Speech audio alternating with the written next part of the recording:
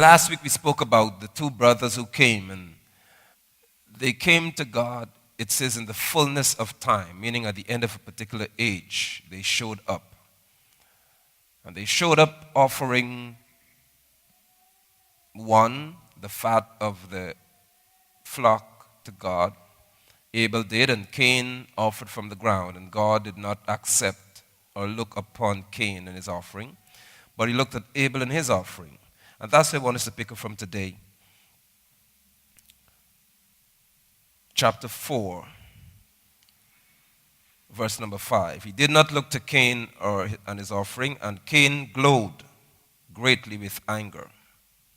Or the Bible, your scripture may say his countenance fell. And Jehovah said to Cain, "Why have you glowed angrily, or why has your countenance fallen? If you do well, is there not acceptance, or will you not be accepted? If you do not do well, sin lies at the door, and its desire is for you." Sin lies at the door, and its desire is for you. Today we're talking about the conflict regarding responsibility, maturity, and expansion. Conflicts in responsibility, maturity, and expansion. God, the Lord, shows up, and he is telling Cain, Jehovah is telling Cain, if you do well, there's acceptance. If you do not do well, you would expect to hear there's not acceptance. But he's saying, if you do not do well, sin is lying at the door. And sin has a desire for you, but you should rule over it. What is this sin that we're talking about? Because you did not see sin mentioned with Adam, his father, and Eve. You didn't see the word sin. So this terminology of sin is mentioned to Cain for the first time. Recorded, that is. Now, Cain is hearing about a word that he understands. Hear me carefully now. Because you need to know who you're dealing with. Jehovah is the source of knowledge. So don't say because you've never heard a word, God cannot come and talk to you about something. This is God we're talking about. Okay. If he could give you life, obviously he could give you information. So the word sin in this case for Cain means to commit something, an act that is against what God is saying. But it has deeper meanings to it. It also means to be responsible for this act. It speaks to being punished for the act. God isn't just telling Cain a loose statement here now. When God says sin is at your door, God is telling Cain about the entry of the wrong, and then he's telling him about a penalty that comes after. Oh, but there's another one that Cain knows. He's also telling Cain about atonement, which is a sacrificial offering that's made to erase sin. That's what all those meanings are tied into that word. So Cain is introduced, first of all, to the word sin, knowing that you're about to do something that violates my instructions. That's the first thing he knows about the word. After he goes, we know what happens. He doesn't respond to God. He is immature here in reference to correction. I said he's immature in reference to correction. Now that's way back in Genesis. And that's why you can't receive it maybe. So I'll talk to you directly since that's what you want. First of all, Cain what he brought was not accepted. The moment what he presented was not accepted, immaturity became manifested. All right? I'm not prepared to receive correction because you didn't accept what I brought to you. So God is guiding him or telling him about a future event and a desire that sin has for you. Cain does not receive it because his mind is on the one who's accepted, not the one who's giving me an instruction. So because you don't accept what I bring, my mind is unable. I don't want to hear you. Because I'm praying more than this sister is praying, and you're doing everything for her, not me. God never asks you to focus on those whom you accept. He asks you to focus on what he said. If God is the one who did not accept Cain's offering, then Cain simply had to say, what did you want? What do you want me to do? Simply tell me what to bring and I'll bring it. He didn't do that. His mind is on, you did not accept me, you did not accept my offering. The word sin, I don't want to hear that.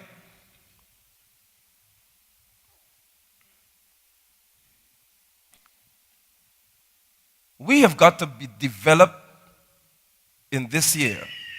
This year, the Lord gave the C.O.R.E Ministries International as our year of maturity and expansion.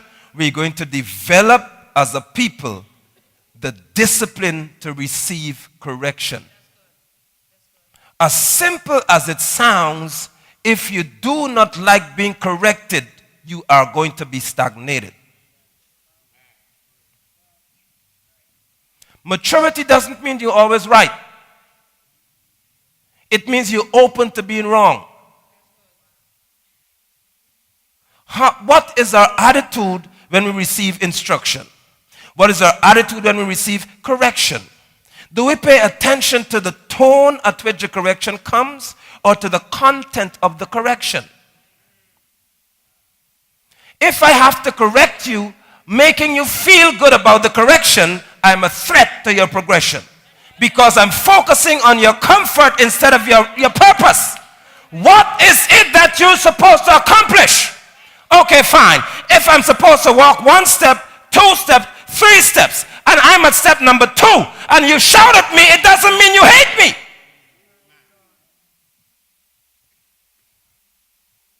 You think they'll make it for an hour or 45 minutes? You better, because you can't move now. Why do we get so offended when people speak to us passionately about where we are lacking? Anyone who is passionate about your failure is passionate about your success. If you have 3 friends, and they know where you're supposed to be, and you're not there, but they're okay with it, and they could smile at you, and they're like, how you doing? I'm good, girl. They don't even have a care about your deficiency. They are not your friends. They are people who are sent to keep you in stagnation. But you may have another voice that's passionately after you. Do better. You could do better than this. I'm not satisfied. And you are saying, this one doesn't like me. Because he doesn't sound like those who bring me comfort. Today is a day for maturity. Since we didn't wish you happy Mother's Day, you're already offended. So let me talk to you as a mother then.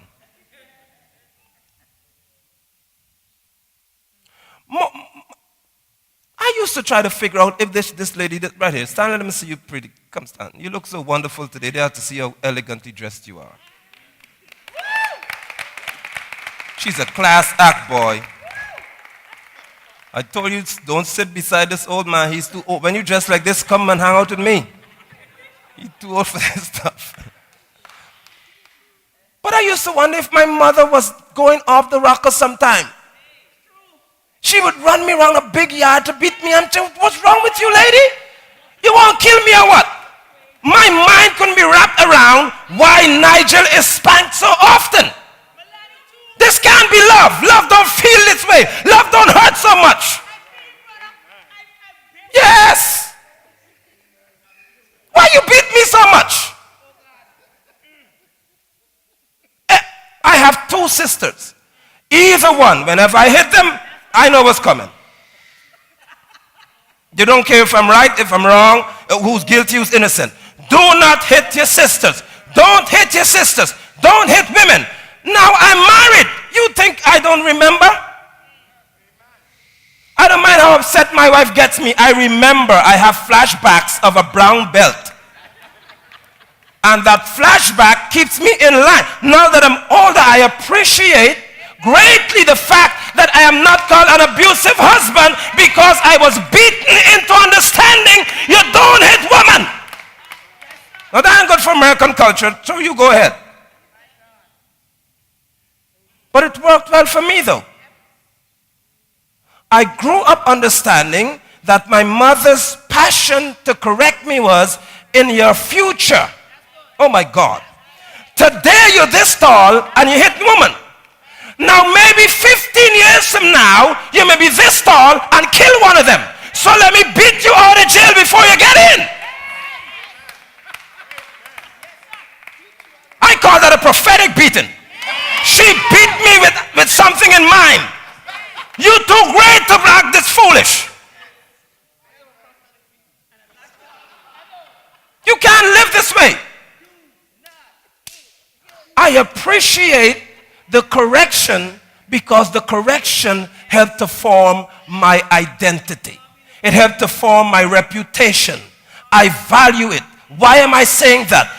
Passionate people who have a passion about your success will also have a passion towards your failure. You must not be there. Get up. Do better. And I could hear church members, as you call it, I'm not coming back to that church boy. This man, I can't take that. I'm not going to this church no more. Listen to me. That's why I don't talk membership.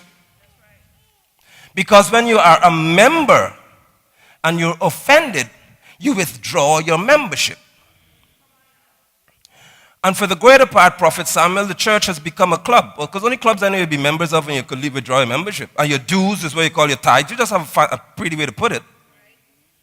But a club dues are the offering you give, and you have to record your dues and put it in. And you get me mad, I keep my dues and I'm gone. And I'm gone my way. But when you're committed as a son or a daughter, correction doesn't change relationship. Correction changes behavior. If ever correction changes relationship, you're not a son. You're an opportunist. You're not my friend. You're just in my life for some chance at something. You know how we go, prophet.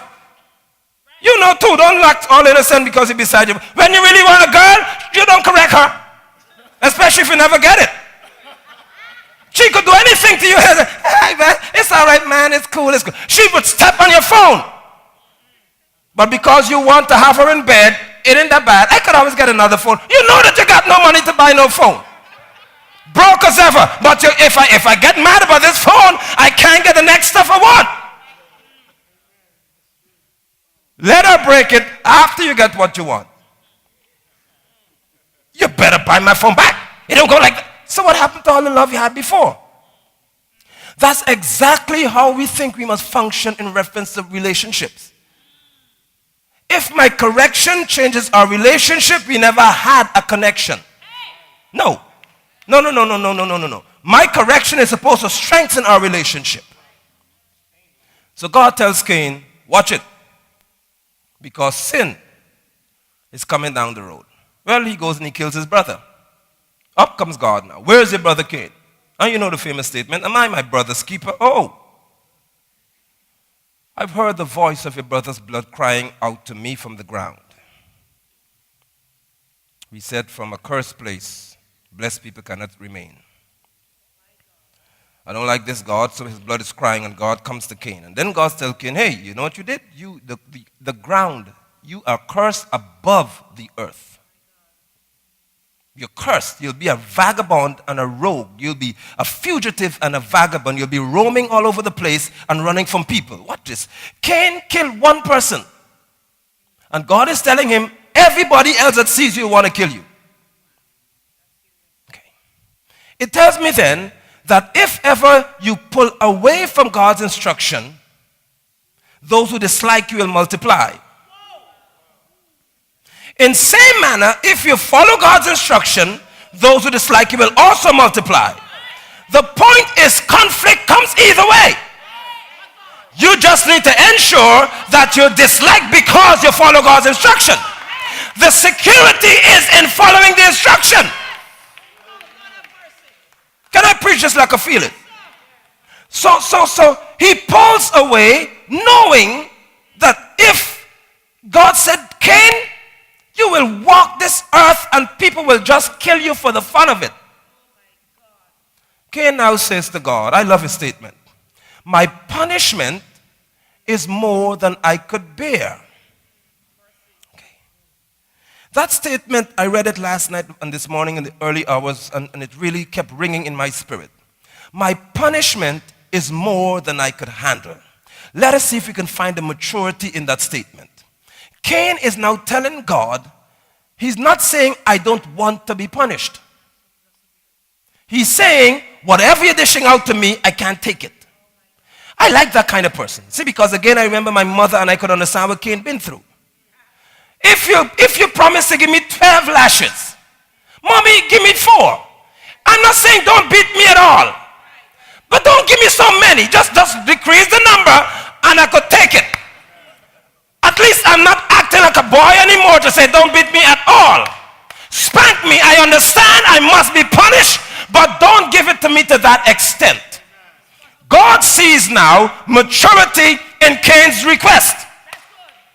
Because he never said, God, don't do anything to me. He said, don't do it to that extent. I can't take it because obviously if the whole world won't kill me, what do I do? God then looks at Cain and says, okay then. If anybody attempts to kill you or kills you, I will avenge your death 7 times.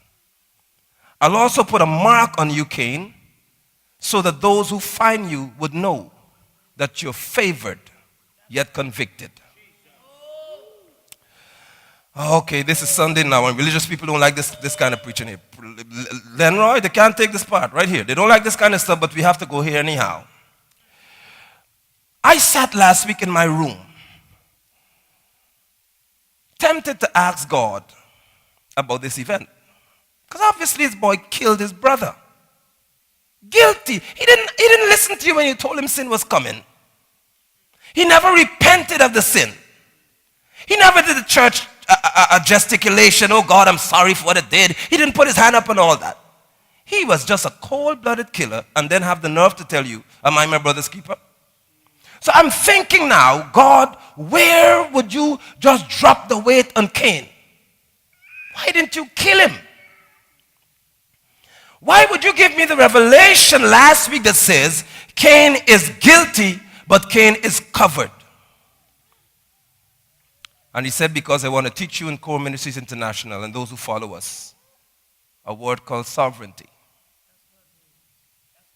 Sovereignty is what the church says God reflects. God is sovereign, but we don't comprehend it. Because if we comprehend it, the questions you ask, you never will. Sovereignty, God says, okay, here's what I'm going to do to teach. Because Scripture is for us to learn from, by the way. Scripture is for reproof, for correction, for teaching and sound doctrine, for instruction. Good. It's not to guide God. It's for us. So he put this event in Scripture to teach us something. He said, Cain is the guilty one. Cain is a murderer. Cain, I told him he would be a vagabond roaming the earth and people want to kill him. But I said, you're favored. What will he say to me now? Tell me where I'm wrong. Why don't you put your hand up and tell me where God went wrong in that statement, in that whole scenario? Now, I'm scared to try to tell God where he may have been wrong. Now, ain't that crazy? The point I'm getting to is sovereignty acts as he wills. And nobody has the power to change it. That's why the word justify comes up in the book of Romans chapter 8. Whom he called, he justified them. When God justifies you, it means that you are guilty but considered blameless. When God does that to you, it's over. Because one, he doesn't take the memory of the guilt away, of the sin away. He simply gives to you a statement from sovereignty that says, you without fault. And you would stand in the mirror looking at yourself saying, I don't feel right. And God said, your feeling was not my statement. Your future is my statement. You are this. So how you feel don't matter to me. What I say about you governs my action. He said, I watch over my word to perform it, not your feelings. So God doesn't mind how you feel about what he said about you. Because first of all, he gave you faith to believe in him. So when your faith gets a little weak, the giver could strengthen your faith to believe what he declared. Cain then, I'm getting somewhere with this. Cain then, after God tells him that, God first of all assured him, anybody who kills you, I'll deal with them 7 times worse. So he now has confidence in correction. He has confidence because now I know that I'm guilty, but I'm protected. God told Cain that he's going to be, Nagina, a vagabond and a fugitive. He's going to be a wanderer, roaming all around the place. That's what vagabond is. Now, Genesis chapter 4 says that Cain goes out of the presence of God. That's Shekinah, because you can't leave God's presence or his sight. And he does something amazing. Find verse 14 for me, please, Ashton. Let's read from verse 14 to about 16. And he said, you've driven me from the face of the ground, which is this plot, this area that I'm in, because he couldn't be driven off the face of the earth altogether. I shall be hidden from your face. Look at what Cain is telling God. So he knew that God was watching him all the time. But he said, now I'm going to be hidden from your face. I shall be a fugitive and a vagabond on the earth, and it will happen that anyone who finds me will kill me. Let's keep going. And the Lord said to him, therefore, whoever kills Cain, vengeance shall be taken on him 7 times or 7-fold. And the Lord set a mark, favor on Cain, lest anyone finding him should kill him. 16. Then Cain went out from the presence of the Lord and dwelt where? The land, the word Nod means wandering place. So he leaves God's presence and he's wandering around not knowing what he's doing. Look at this carefully. Look at the next verse though. Cain knew his wife and she conceived and bare who? Enoch means, apart from favor, it means to be committed, to be dedicated. I'm going somewhere. What was the name of the land? See if you're paying attention now. When he left, where did he go? To the land of Nod, which means what? Wandering. But he has a child, a son. What does he name his son? Meaning what? To be committed and dedicated.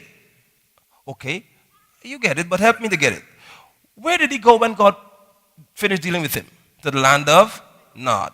The Nod means what? To be wandering, lost. But he produces a son and calls the son Enoch. Dedicated. This is the first time you'll tell your neighbor in church this morning, tell him, I may be lost, but I'm still dedicated. You see, what happens to some of us is we're not honest about where we are in church. There are times you may feel as if God is not really with you. You got to be honest about that. Don't come to church acting as if he is. There are days you feel as if God is not really here. But I'm still committed because there's an Enoch inside of me. Bless you, baby. Bless you, son. There's an Enoch in here. And if Enoch is in here, I may be wandering, but I'm still committed. Honesty is a missing ingredient in the church. So we come to church and just act as if all of us are here. Yeah, I'm holy, oh God. God has done me this morning. And in your mind, you feel so empty, so dry, and so bare. Listen to me. You're not in trouble because Enoch is present. As long as Enoch is in your loins, you may be lost, but you're committed. Cain was rejected and upset. Now he is lost, but committed. Why was he not committed at a place of worship? Because God showed me a part of me I didn't like to deal with. But when God favors me, I am now committed based on the memory that I escaped judgment. Some of your memory in here too shallow for me to work with this morning. You may be upset when you asked God for something and he didn't do it. But when you did wrong and realized that God didn't kill me when I did the wrong, what you asked for don't matter anymore. You're now committed based on the fact that favor has found you. The next thing Cain did blew my mind. What did God tell him? You'll be a vagabond. You'll be wandering all over the place. Next verse. What he did? Go back. He built what? You can't miss that. He built what? And what he called the city? All right, watch this carefully. I ask people things over and over again, not because you're dumb, because I want you to help me. God told him, Theo, he'll be wandering around the earth like a man don't know where he's going. Oh my God. All right, prophet. It hit you. Like I hit the rest in a minute. What did God tell this boy? What does vagabond mean? You walk around as if you're lost. He goes into land, which means to be lost. But he builds a city. He builds a city. Cain builds around him a fortified place and gives it a name. Cain builds boundaries. That's what city is. New Jersey ends at some point. Cain is told you're going to be wandering all over the place. When favor hits him, he builds limitations and said, I was supposed to be a wanderer, but I confine myself to a location and show God that your word of favor overrides your word of penalty. You just missed what I said. So let me tell you one more time. God, when you was mad at me, you see, when you were mad at me, God, you said I'll be a vagabond. But you hit me with favor, and because you favored me, I'll build limitations to keep me in a particular place to show the world that I did not become what I thought I would have been.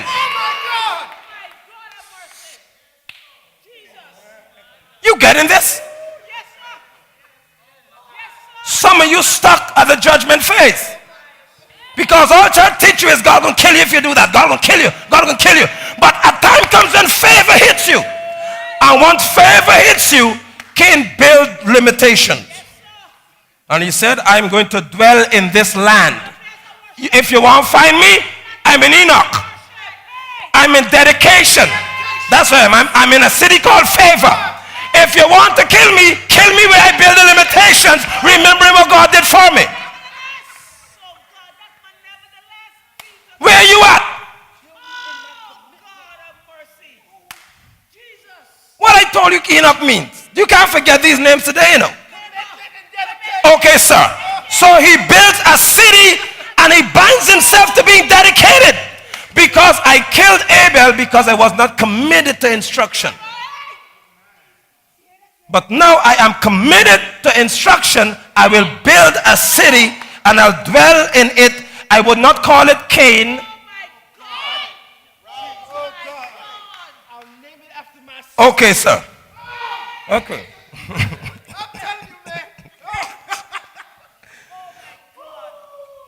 But I feel it's on me today. If you people could get inside of here.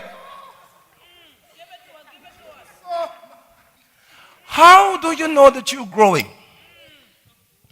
To know that you are growing is, vagabond means you are wandering free. Maturity means I will build limitations around me to keep me in check. All right? All right, Gina, we go in here now. I couldn't wait to leave my mother and father's house when they wanted to tell me what time I must be home. I can't.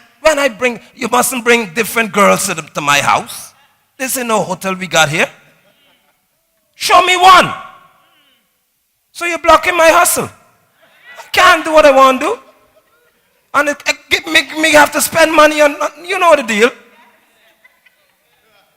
So I'm saying, boy, when I get to 18, this is it. I am gone. Let me help you now. But when I hit 18, 17 and I began to work, I got my first paycheck. got my car and everything. My mind now is this, boy. At 16, I couldn't wait to be 18 to just blow it and just do what I got to do. At 18, something called gratitude hit me. I started thinking about this woman and this man. How much they invested in me to get me here. With my first paycheck, I go to my mommy and say, here, take it. Give me money for the car. I want is gas. So give me gas money and I gone. And I don't, you keep it. Why did I give her all of my money? She never asked me for my paychecks. Why did I do that? Because I reflected on the fact that now I'm free to do what I want. There was still a woman who loved me in spite of my behavior before this. So gratitude made me find her. And all the girls I wanted to go with, one made a mistake and asked me one day, why are you giving your mother all your money? Well, that was it, right? That was where it ended. I told somebody that before. I said, how old am I? I was older then. She should give me my age. I said, how do you think I got so big to have you? You didn't feed me when I was born, did you? You're a woman. And if you can't appreciate a man's love for his mother, you'll never make a good wife for me. Get out of my life. I don't want you. That didn't make me no mommy's boy. I had gratitude. I respected the fact that somebody corrected me to get me into teaching. Oh, what if I did what I wanted all my life without her spanking into me sense? Cuss today. Today's Sunday. Don't cuss on Sunday, boy. Listen here, church. Cain understands the principle. I am committed. I'm going to surround myself with dedication. Dedication, therefore, will confine me, will restrict me to a certain place. Whenever you are growing for real is when you respect limitations. You build them for yourself. I am 41 years old this month, and I am willing to build them for me. That's when you know you're a mature person. So I don't have an issue telling my wife where I am. Because I built that limitation for me. I answer to that 22-year-old and a 13 and an 8-year-old. They could ask me, Daddy, where you going? Now, who in here? I didn't like being asked questions at 15. Where you going? Now I'm 41. I have to answer to my 8-year-old. Daddy is going to the soccer field. How long will you be out for? Give me about 2 hours, I'll be back. Okay, Daddy, that's fine. You go ahead. She knows that she doesn't control me. But I am teaching her a principle. You're going to learn that as old as I am still prepared to limit myself to being accountable. Now that's a strange word in church now, because in church we got so much Holy Ghost we don't account to anybody. So if you don't account to anyone, when you do wrong, you'll also account to no one. You'll never tell people what you're struggling with because you don't have to be accountable. If you come and tell me what you're struggling with, I will then make you accountable for your behavior. I'll tell you what's better to do, and then I'll watch you perform, and every time you fail, I'll remind you of your behavior. You don't like that, though. That's not a healthy pastor to have, because he just wants us to behave as if we can have fun. We can't do what we want. Listen to me. Greatness never cripples your ability to grow. Hear me carefully. Great people will never hinder or cripple your ability to grow. They'll simply make you accountable while you grow.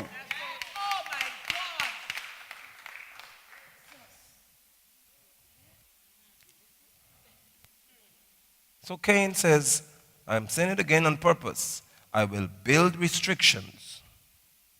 I'll build a fortress. I'll build demarcations. And I will know. What is now? Look at me carefully. I will know when I would have stepped out of the boundary of Enoch. Because who built the city? Okay. Who set the boundaries for the city?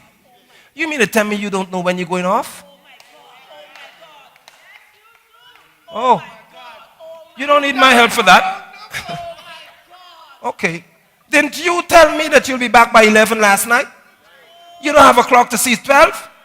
Don't you know that 11:30 is after 11? You don't need my help to tell you that you're late. If you're late in here and I say get here at 1 o'clock, 1:30 is 1 o'clock. So you don't need me to call you to tell you that you're late. That's called accountability.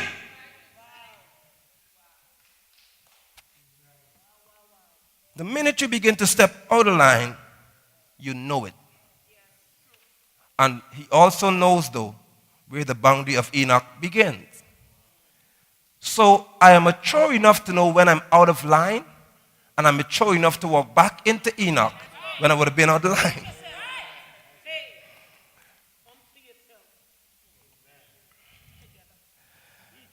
I brought some tools with me today to help you to see what happens in the forest. Because Cain was not mentioned in the tree of Adam. If you didn't know that, read Genesis 5. There's no Cain mentioned. Adam's genealogy begins with Seth. No Cain. No Cain. For you to understand responsibility, maturity, and purpose for your pain, you need to understand a tree. You could bring a tree for me, please, Pastor Woods. You need to understand a tree. My degree is in environmental sciences, so that whenever you see me dealing with nature, it's me. It's what I've studied. I have a passion for it because that's how God teaches me. You can bring it right here. The church needs to see the tree today. This has been declared our year of maturity and our year of expansion. Okay. Now, Galatians 5. Is Galatians 5? I think it is 20, 22, somewhere in there. The fruit, I don't know the numbers right. The fruit of the Spirit. The fruit of the Spirit. The 5:22. Galatians 5:22. Let's read it and see if we can get something from that this afternoon. But the fruit of the Spirit is what? Read it for me. Read it.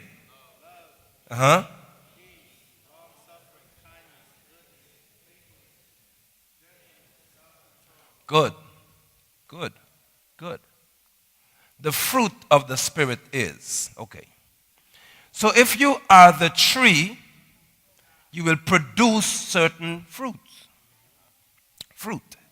And if Holy Spirit is in you, and people look at the tree, they will see love, joy, peace, kindness, gentleness. They'll see all of them. What is now? Do you eat this is a dumb question, but answer it for my sake. Do you eat trees or do you eat fruit? Okay. Why then do you get so upset when people pick at you and move away from you? You say that they used me and left. But you just told me what you eat. So if I am deficient in hate, or in love, sorry, I don't have love inside of me. Okay. Come, Pastor Wood. You tall, you could be the tree. You be a human tree. I don't have love. I need it. He is bearing the fruit of love. What am I supposed to do? Okay, so hatred is approaching that which I need. You can't demand love from me because I'm coming to you for what I don't have.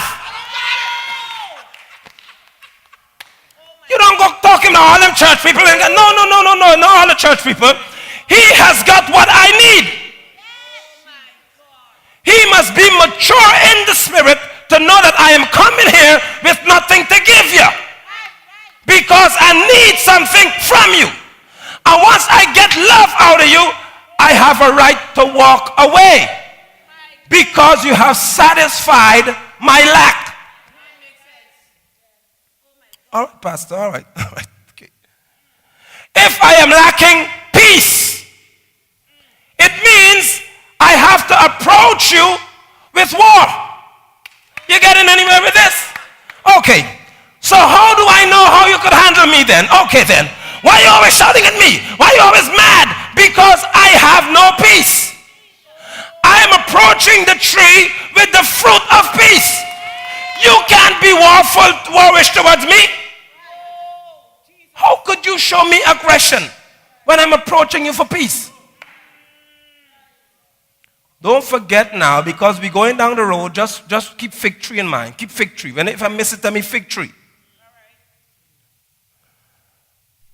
I have no temperance, meaning I don't have control. You have it. The point I'm making is never become offended when people come and get close to you, receive from you, and then leave. Watch this.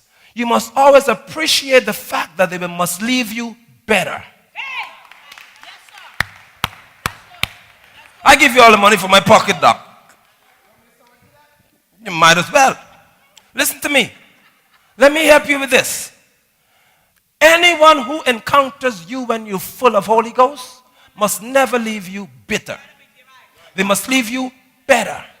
When they walk away, you don't get mad because you know that they're carrying something they didn't have before.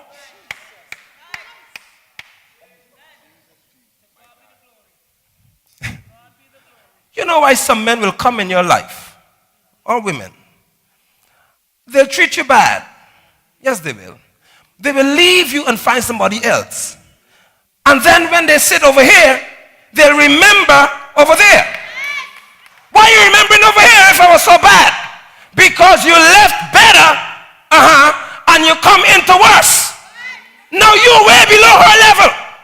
But I can't go back over this side because I already talked bad to you. But men listen to me, people who know you for you will always know exactly what they left you with. They may not be honest enough to say it. Even if somebody leaves this church, they must leave here on a higher level. And you don't get mad over that. It means they came and they picked what they needed. Okay then. So I need to know how to control myself or to control my anger. And when I come to you, the first thing you do is you snap at me. Say victory. Because there are times when people could look at you in church and assume that you're productive because of where you are. And the closer they get to you, they realize that you just got a church image, but you're not really who you are. And so you talk love in here, but when I met you in the food store, I didn't see the fruit when I wanted to pick it. Jesus looked at the fig tree and he cursed it.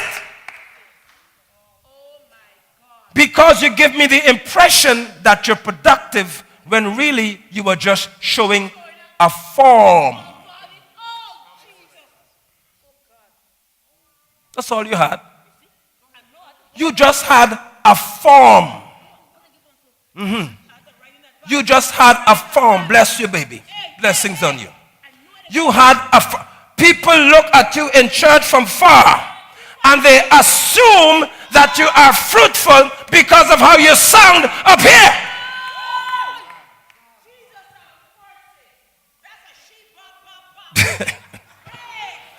But get close enough to me.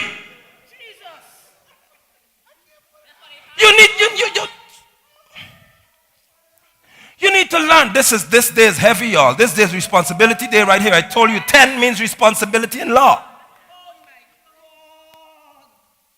You cannot give me the impression at church that you're loving and you're righteous, you're holy and you're deep. But when I meet you outside the church, now hold on now. I want righteousness because I'm living off track. Why must I find you in the club?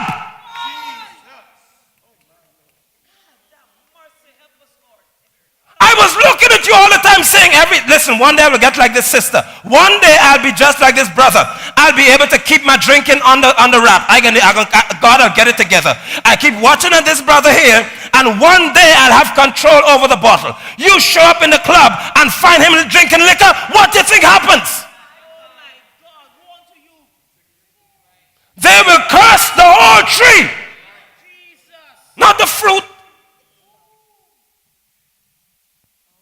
Because one, I had an appetite for what I thought you were presenting. I approach you with hunger. You ever open the refrigerator to find a soda that you really like? Upstairs in your mind, you saw ginger ale in the fridge. You live by faith. So you saw ginger ale in the fridge. But when you get to the fridge and pop the door, there's nothing looking like ginger ale.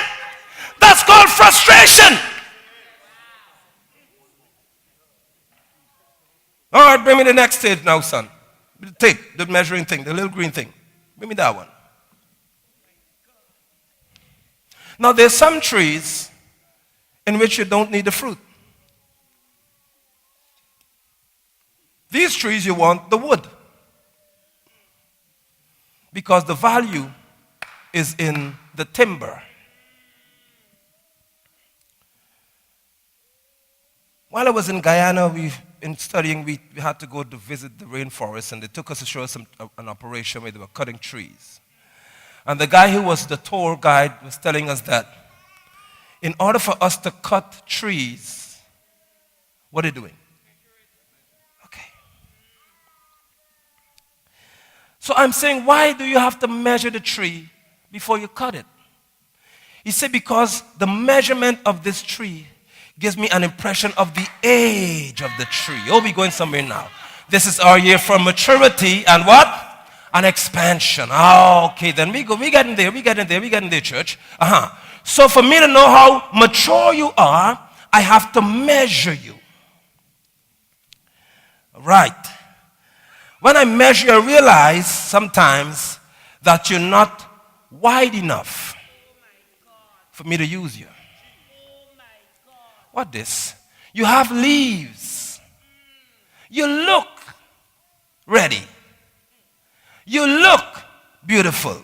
But when I measure you, when I observe you, I realize that there's some degree of immaturity still. Can I talk to the trees? Talk to the trees.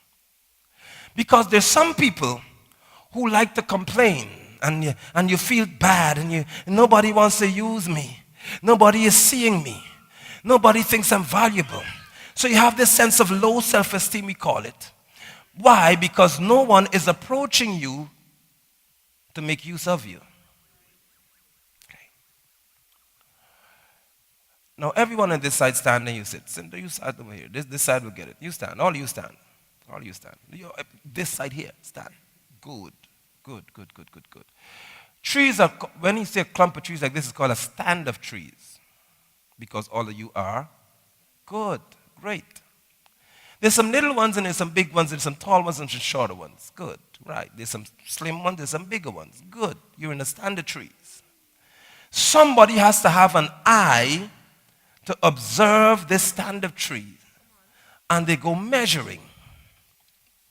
And as we measure, we say, oh, this one is ready. Come for me, Pastor Wood. Because you're the tallest on this side. You're taller than Deacon David. Well, come up. You could sit. I'll have you stand in a minute. Sit, David. Thank you so much. Okay. Because when I measure him, he has matured enough for me to make use of him. You ready for this? All right. The saw is ready? Okay. Come. Now cut you come. What happens to us in church is we don't realize God says if we are in him, we should be like a tree. Is that what he said? Planted. Is that what he said? Okay. If you're like a tree that's planted, it means you're growing. You're maturing. You're expanding. Good. Now when you're this small, step over here. When you're this small, nobody sees you. And you're upset with the preacher because he's not calling your name and he doesn't give you a chance to preach and don't give you a chance to feel important. But you don't understand this sound.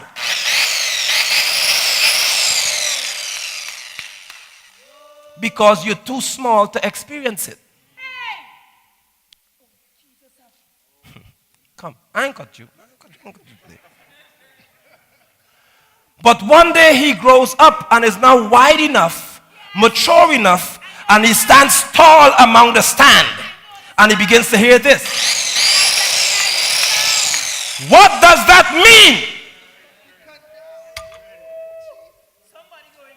Because, bring me the crane, the bird right there. Bring me the ornament.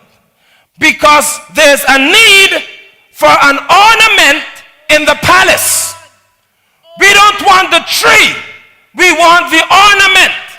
The whole tree can't fit in the palace. Only the ornament. I have to cut you down to size to fit in the room I want you to be. I'm going to take you right where God got some of you right now. Because you are impressed by your foliage, by the leaves that you have, and everybody talking about how beautiful you have become. But there's somebody with an anointing to know that the trees, the leaves don't value right now. The leaves don't count now. The branches don't count now. This, I have need for a sculpture in the palace. I don't want the tree. I will cut you into so many little pieces until people who are... Stand up now. I told you stand one more time. When you stand again, you see this. None of you could relate to this because you're still standing. So you see me 5 years down the road and don't even know where I came from. Because you see the finished product. You don't hear the sound of the saw. There's no saw in the palace. There's no chisel in the palace. There's no sandpaper in the palace. There's the bird on the wall looking all impressive. And envy says on this side, why can't be on the wall too? Oh, but you don't understand that one time I looked like that. Thank you, son. The Lord sent me to tell you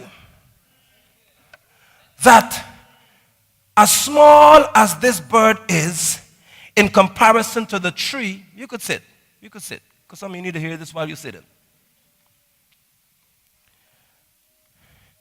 Elder, as small as this bird is, in comparison to that tree, as light as the wood may seem, in comparison to that tree, there is more value in this than in that tree. What is he telling me today? Tell your neighbor and tell him with an attitude. There's value in what's left. Tell him. Okay. God begins to strip and cut, chisel and sand. Take this one away. Take that one away. Okay. You used to have 50 friends. Now you're down to 2. And you're crying. You don't understand that there's value in what's left. Some of you, he said, I'll take your father away. I'll take mommy next. I'll take sister next. I'll take that brother from you now. Cousin gone. Annie gone. And you crying, oh God, you mean nobody in my family could like me? He said the value is in what is left. And you crying because the branches are leaving, you don't realize that you're being prepared for a palace experience. And you could never get to the palace as a tree.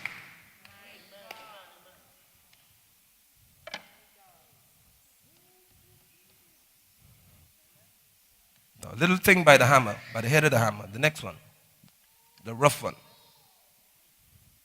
You bring me the wood. Because when they get through cutting you, yeah, this look good here. But there's a man who,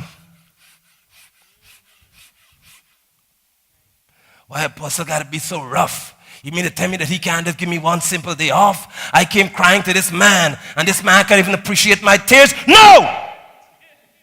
Because you're too rough for the palace. I will send you down to smoothness. Yes, I know. Yeah, I know you're anointed. I know you could preach. Yeah, I know all that. But with every rub of this, you feel pain. You feel as if this man does not like me. Because nobody who loves me could make me feel this way. The wood is responding to feeling. But the craftsman is responding to purpose. In my mind, if I put you on the market like this, they will see that I have poor quality in reference to my standard. Okay. Okay. Where are you supposed to end up? Where are you supposed to be? Where are they supposed to go? How could I send this to, okay, let's call it the White House. How could I send this to the White House looking this way? So what have we learned to do in church? We learn to evade processes to greatness. We don't like the pain part. We don't like this part because it doesn't feel good. So you stay away from correction because correction doesn't make me feel good. And then you envy somebody else's promotion, not understanding that they took the correction to get there. Where are you now? This had to be cut. This has no leaves to show off. And it's no longer in the stand of trees. But can I help you? It may have traveled from India. It may have traveled from Africa. I'm coming down your street right here. Some people don't want to be cut because you think that when you're cut, God doesn't want you. All right. I'll help you to understand what I'm saying. When I cut this tree, the root is left. Okay. You can't find this root because all you see is this in the White House. Am I right? Okay. So your thing is, God, if you cut me now, I would lose my footing. I wouldn't feel as secure as I used to feel because you're cutting me. I don't like how I feel. Okay. Joseph was Israel's son. He was with his father and his brothers. He had to be cut and taken to Egypt. I want to help the church now, man. He always knew where his root is. He's in Egypt, but he knows my root is that of a Hebrew. Moses was an Israelite. He knew my root is Hebrew. You don't have to be where the root is to know where you came from. Oh my God, if you understand what I just said, you are rooted and grounded in Christ. But at any time they could cut you and make you valuable somewhere else.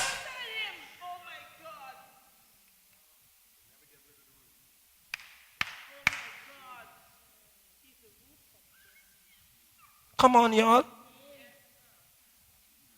You can't be scared to move. You can't be scared to be cut because God sometimes has to cut you to make you fit where he wants you to be. What you want? What are you really after? You can't ask God to take you higher and deeper and closer to him if you want to have the whole structure in place. God has a way of disintegrating what you come with. You come to God, you got it in your mind. When I come here, mommy will be with me, daddy will be with me, my friends will all be with me, my cousins will come too, and my sister from way back, and the brother from how far. And the closer you get to God and you look back,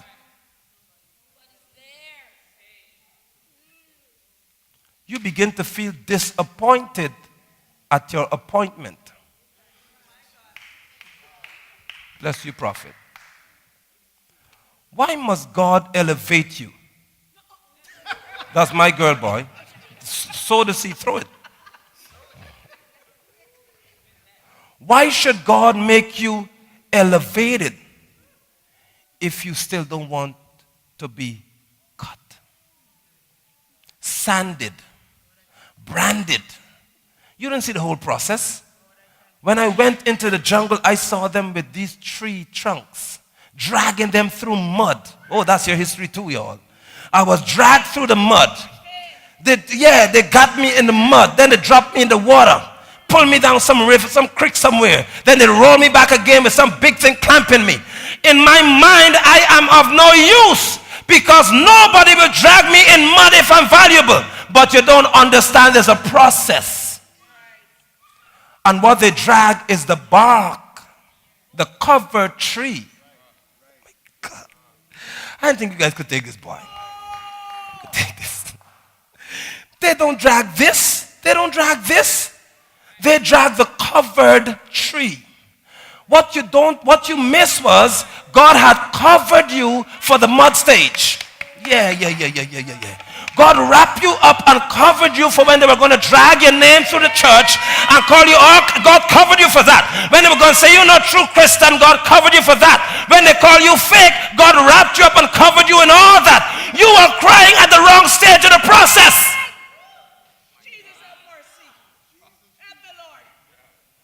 Because what happens is, once you get to the right destination, they strip the bark off. So all their opinions about you is left in a heap to be burnt. You are stuck in the White House and they're stuck on where the mud was.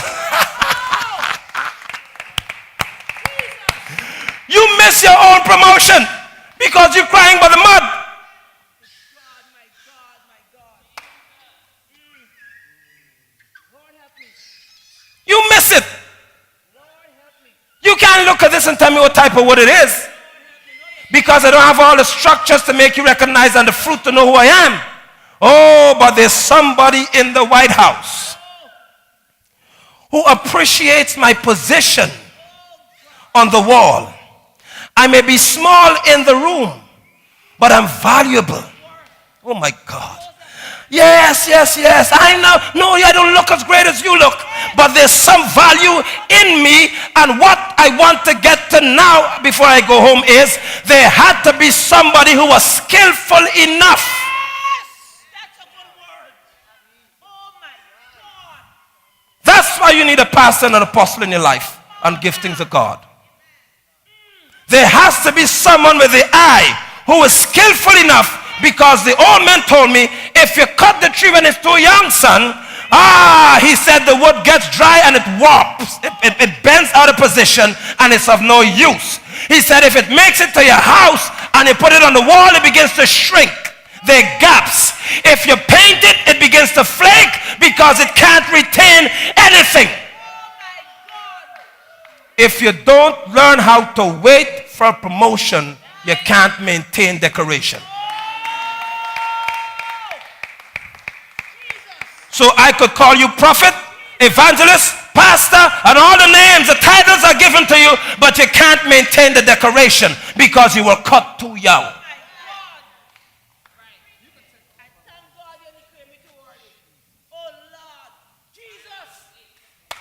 Can you wait? Can you wait for God to define you? As long as you're breathing, God is still processing. If nobody gives you a certain title, it doesn't mean that you're not in the stage of growth. Because you are growing as a pine. You're growing as cherry. You're growing because as greenheart in Guyana they call it, you're growing as these beautiful trees, but you're not ready to be cut yet.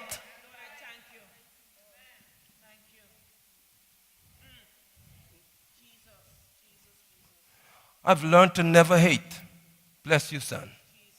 I've learned to never despise processing. That's right. And I've learned that when I look at great men, I also see great pain. Because I knew what it took to get them there.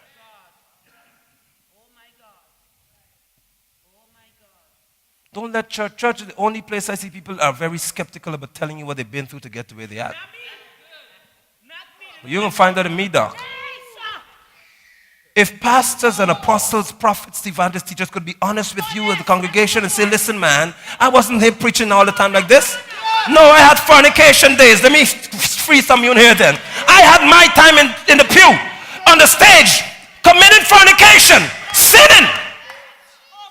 I'm telling God I'll never do it again. Oh God, please, I will never do it again. And he said, I still got a word in you though, son. And I'm saying, no, I can't preach. He said, you're going to preach because what you think is not what I've said. My God. Oh, Lord, help me. And I try my best to say to him, I'm not qualified, but watch this. As long as I have root in the ground and I have leaves, I could complain all I want. I will grow and it's inevitable. She said, I made you become rooted in Pastor Basil Smart. That's the apostle. I planted you in him. And I let him show you where you were deficient. You had bumps, you had rough stages, but he showed you where you were deficient. He groomed you in your deficiency, and then you were cut from Guyana and sent to the Bahamas for the processing stage. So Apostle Wells ripped the back off of you and said, there's more under you. And then up come the prophetic apostle of fracas and say, you too quiet. You just act as if you quiet boy. He said, but there's a great king in you that people need to hear. I will not rest until you preach. These men pulled out of me. And when they got through, they said, get on the plane. Where is my root though? It's still in Basel Smart. Naturally, I'm speaking about. Church-wise. Biologically, it's in him. Era London would die, and I still know where my root is.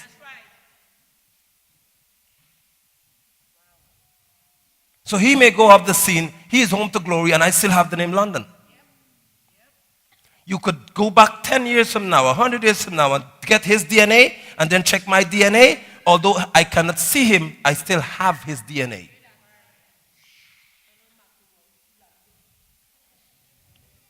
Church, we cannot despise processing. We cannot get upset when people are sent into your life to show you where you are. This is the day for responsibility. Because as you mature and as you get bigger, stronger, wider, God says, time for me to cut you. Let us stand.